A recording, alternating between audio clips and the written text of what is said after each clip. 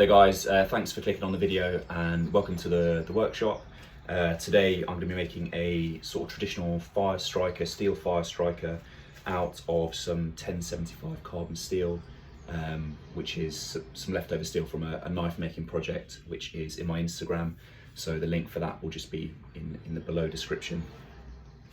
So the first step of this process will be cutting out the sort of straight profile here. So I'm not forging this in a traditional sense, but I'm going to be cutting the straight profile and then sort of heating up the steel and bending it around into that sort of shape there.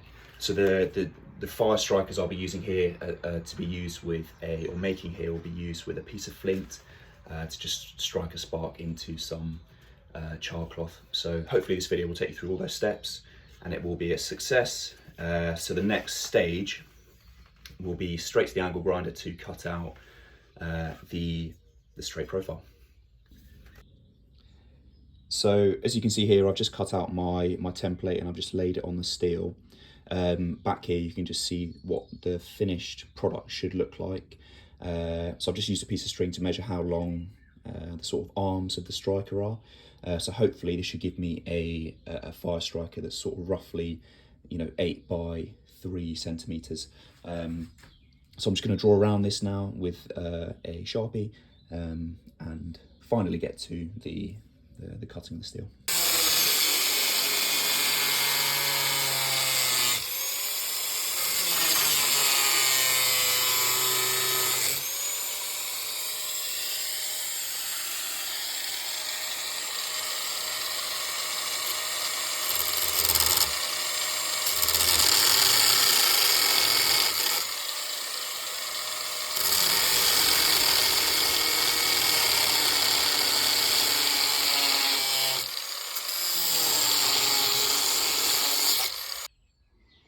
So this is the result of the angle grinder. I did get ahead of myself slightly and started filing, but I'm just going to put this in the vise and just neaten up all the edges before we start to move this into the final shape that we want.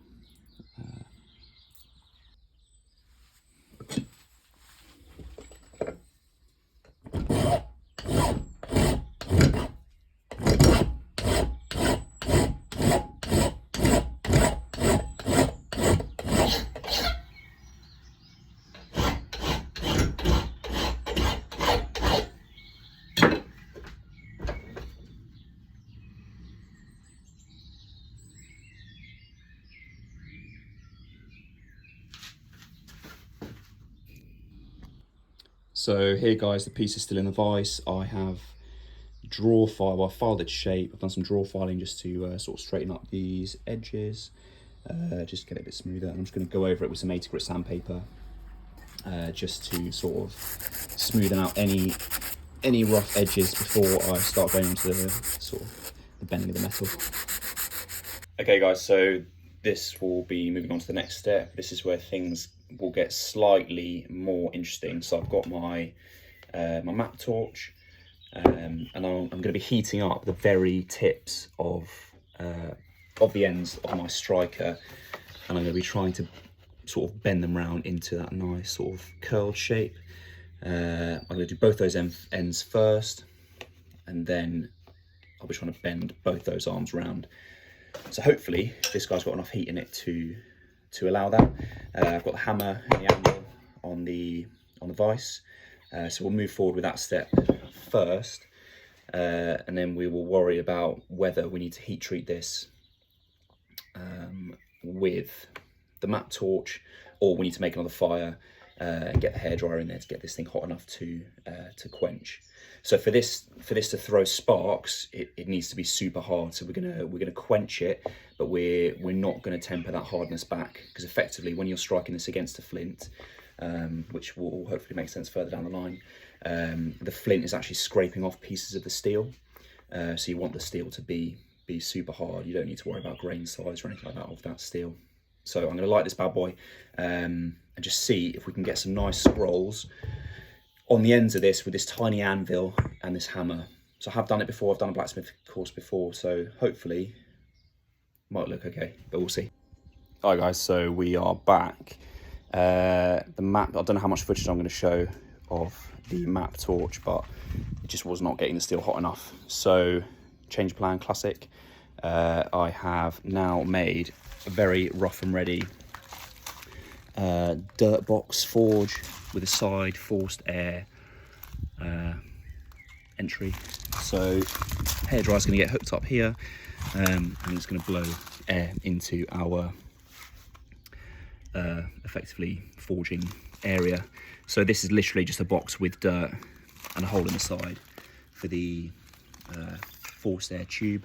I have to be honest, I've never made this before, and I should have maybe made one before with what to use in my knife project, but we are going to give this a go. So classic 1 hour project. It's going to be an all-dayer, but we will persevere. The forced air dirt box forge has sort of become a pile of dirt, a pile of charcoal, and a hairdryer blowing straight into the coals because for whatever reason the pipe isn't working.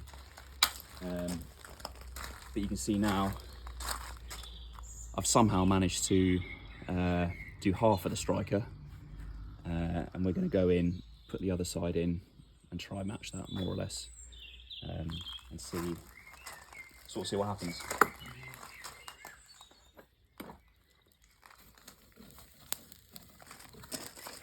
I'm going to put that arm under the coals, so it's insulated by the top coals, and just get some heat, get some air in there, and this is going to get super hot.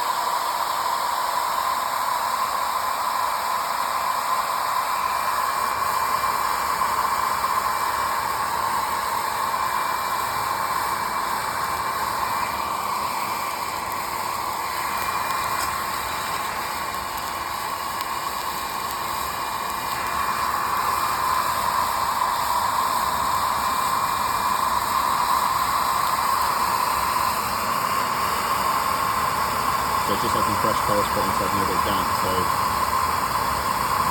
they won't catch very well.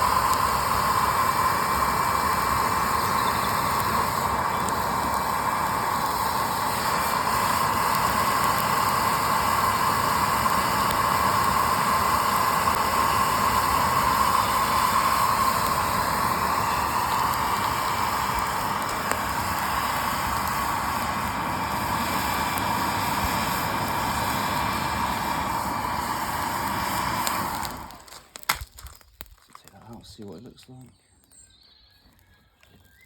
Oh, just the end. That is not good. So, try again.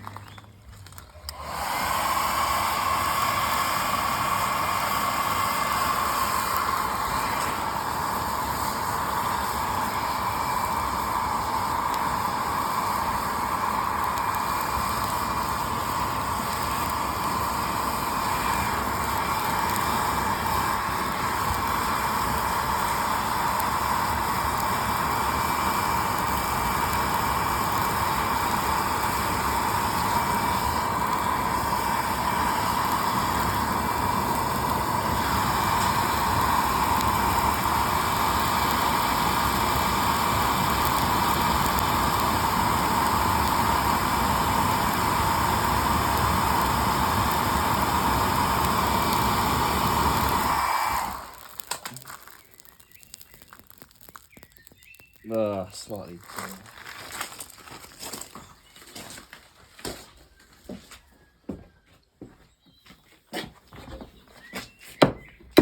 Oh, we've lost our jig. Oh, fuck.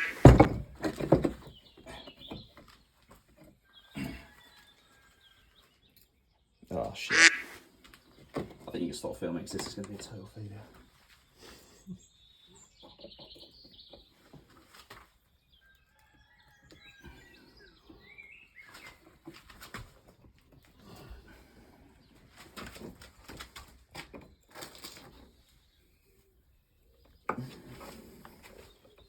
Oh, sorry.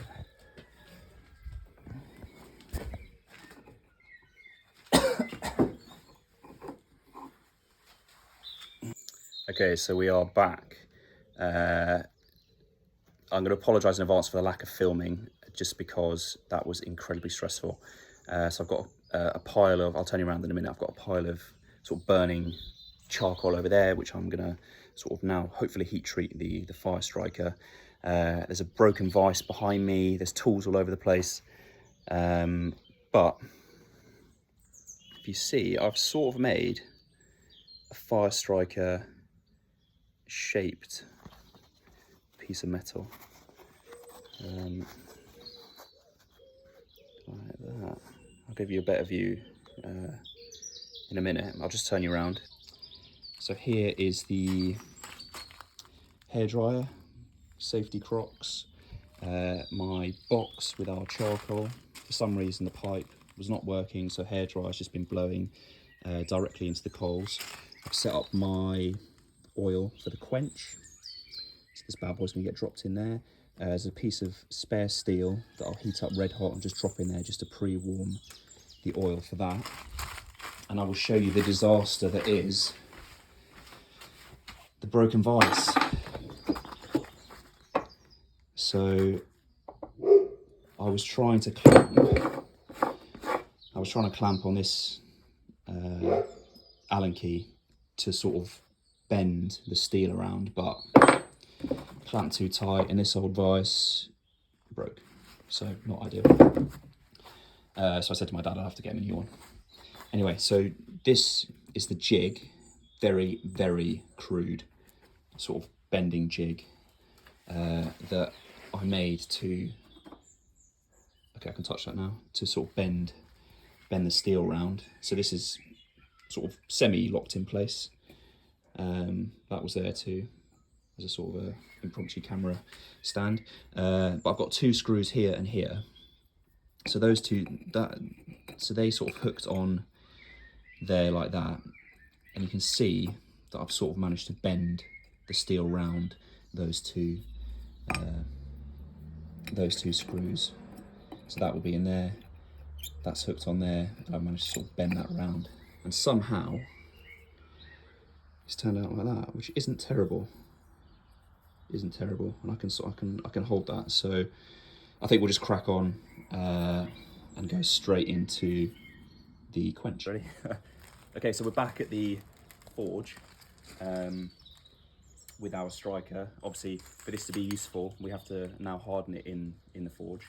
So I've got a tub of rapeseed oil, which I need to preheat. So I've got a spare piece of steel in the fire, which I'm going to heat up, dunk in there. That's going to preheat the oil. All in the meantime, this is going to be in that fire, getting super hot. Should get past non-magnetic. I should really check that, but we'll see how we go. And then that's just going to get put straight into the oil. So I'm going to put this right into the center of the fire. And we want to get this glowing hot hairdryer on.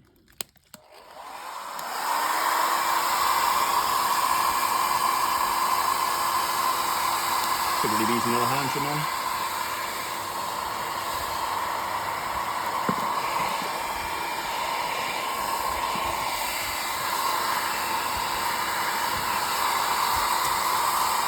I really need the right glove.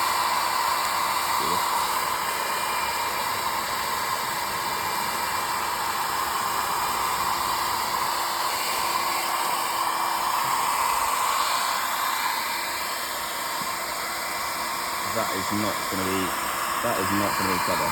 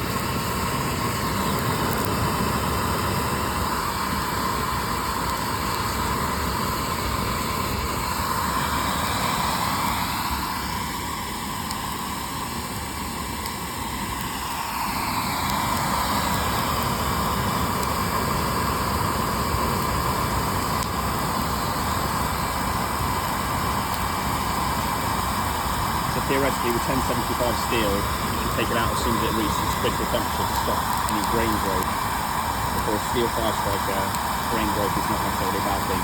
We want it to be easily, we want pieces to easily flake off and strike the flint. So I'll just let this get super hot.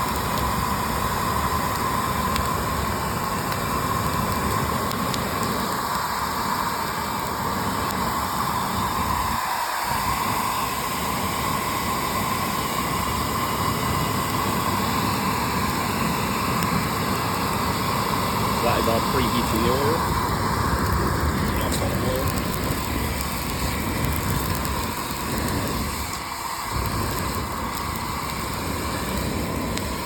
Oh, that's getting hot.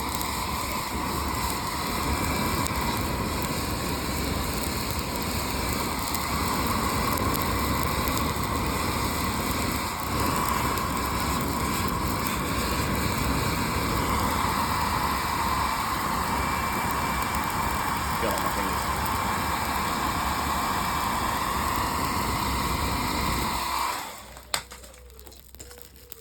That's red hot, glowing hot, going straight in there.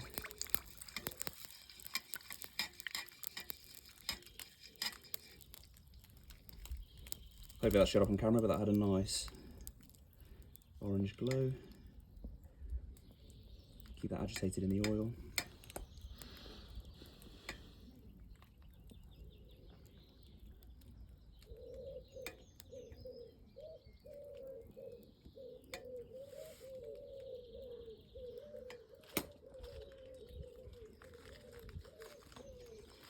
And there we go. Theoretically, that should be extremely hard and extremely brittle. So I'll clean that up and we'll see how we've done. Okay, so here we have out of the quench. I've just cleaned up some paper. Hopefully, you'll see here that the file is not really biting into it, which means theoretically it is hard, and I'm definitely no expert in sort of forging or heat treating or anything like that, so I'll just see if this works basically, and we'll go from there. Okay, so I did go for quench number 2.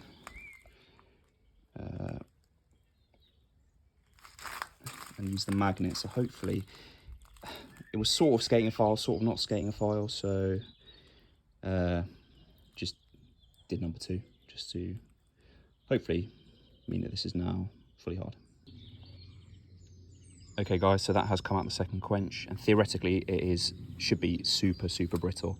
Now normally with a knife you would temper it to sort of bring it up to 200 degrees for a couple of cycles just to bring back some of that hardness, but for this we want that full hardness there. And I have tested it off camera and it is creating sparks. So I've just got these 2 pieces of flint that I've just found on the floor in my dad's garden. And I will just show you now that it is creating sparks, and then we will move on to the Charcloth stage. And then hopefully find a nice tin for this and make a good little primitive fire set.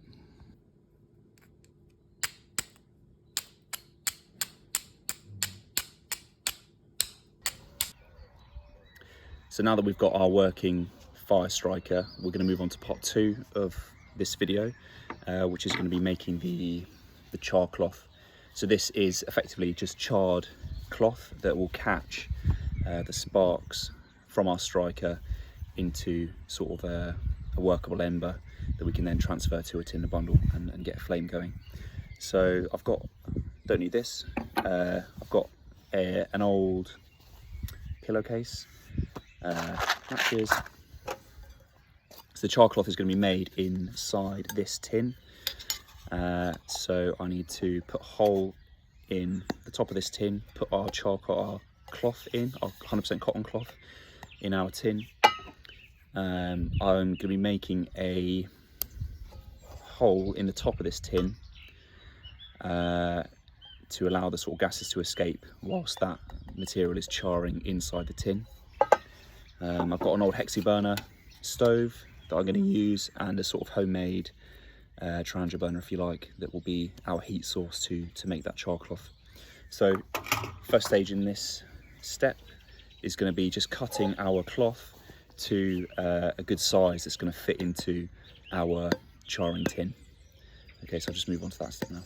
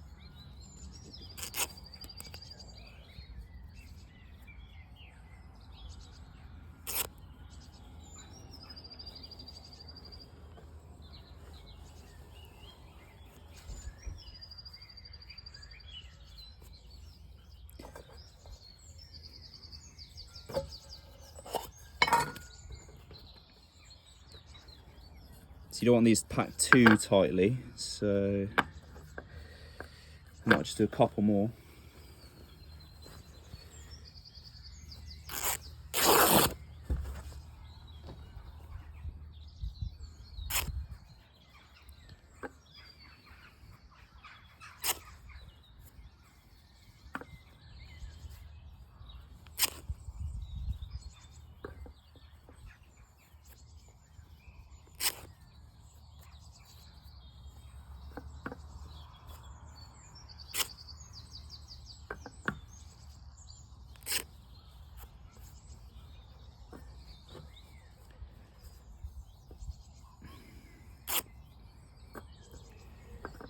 Right, I think that will probably do for our first attempt.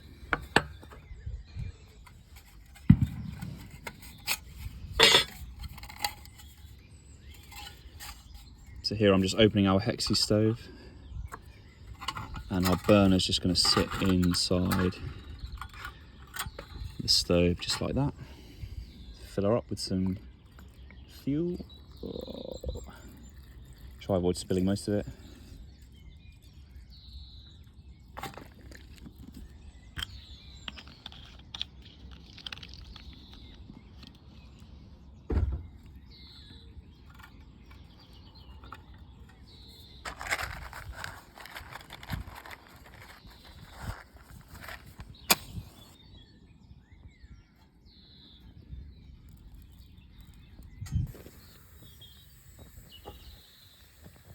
So here's our tin, and I'm just going to place that straight on top of our burner.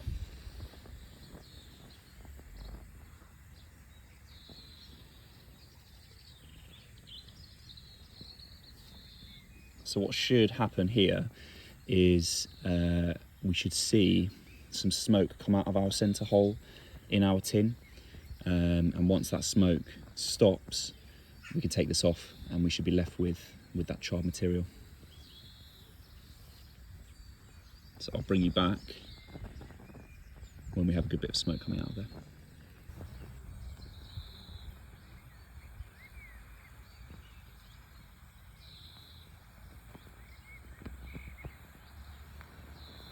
So we've got a good stream of smoke coming out of that hole, and as soon as that smoke stops, I'll take that off the heat.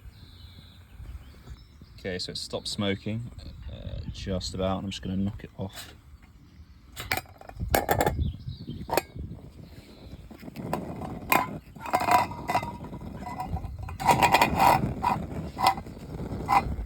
So I've just knocked that off the stove, and I'm just going to cover that oxygen hole with this other tin.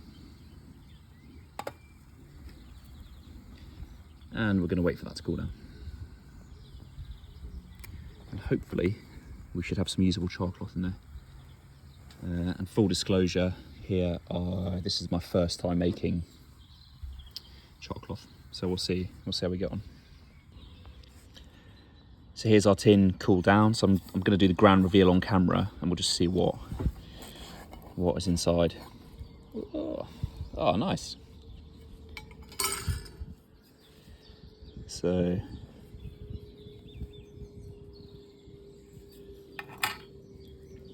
this is what's going to catch our sparks from our flint and striker.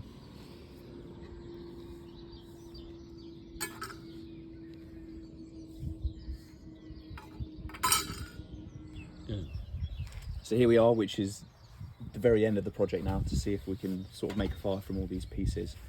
So I've got some sort of dried, weedy, grassy bits, which will transfer the ember into, that hopefully is about to get caught in this charcloth.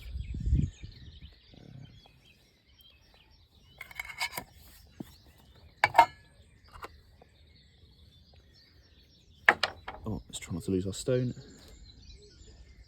So we want a nice sharp edge with our stone. This is going to go over the top.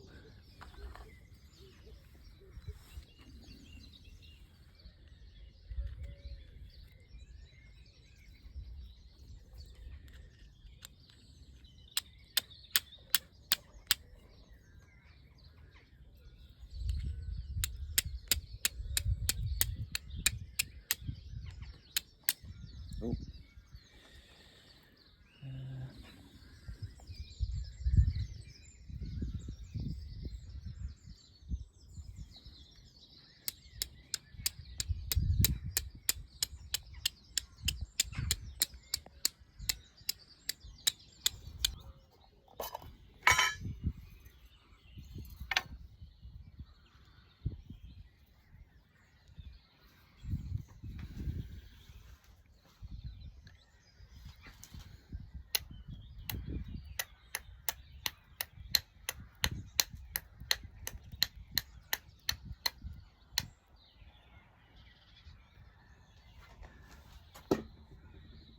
Okay, you can see here.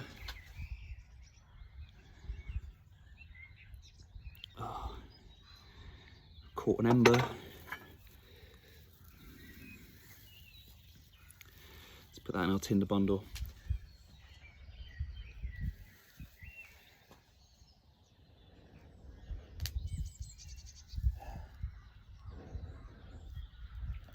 Woo! Nice. Oh, there we go. Got nowhere to put this, so I'm just going to hold it till I can't anymore.